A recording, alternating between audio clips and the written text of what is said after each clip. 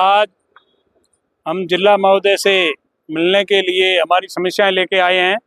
हमारे गांव में लगभग 400 घरों की बस्ती को उजाड़ने का काम चल रहा है।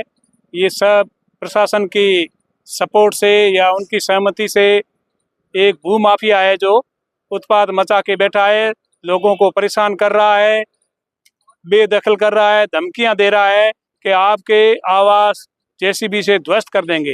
भू माफिया शकूर खां, कादरा खां, कंट्रोल का पार, उनकी पहले जमीन थी, वो जमीन बेच के अब सारी जमीन बेच दी है, जमीन है नहीं।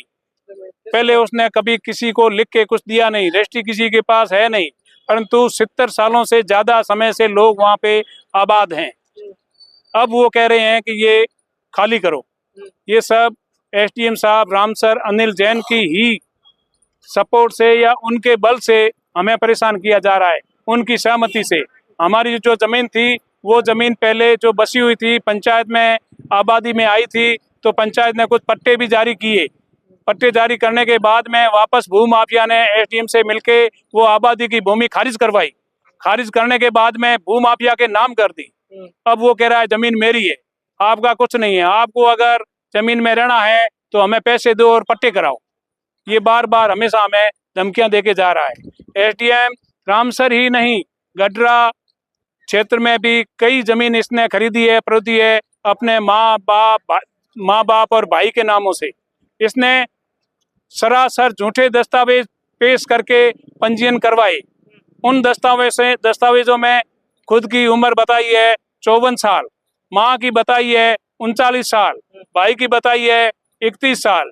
माँ से पहले बेटा कहाँ से आया ये तो एसडीएम साहब ही जानते हैं, और मुझे तो इसका पता नहीं है। कुल मिला के झूठ ही झूठ चल रहा है रामसर और गडरा में। जैसे ये झूठ चल रहा था, कलेक्टर महोदया को इसके बारे में पहले से पता था। क्योंकि कलेक्टर महोदया जैसलमेर थे और ये पोखरण एसडीएम थे।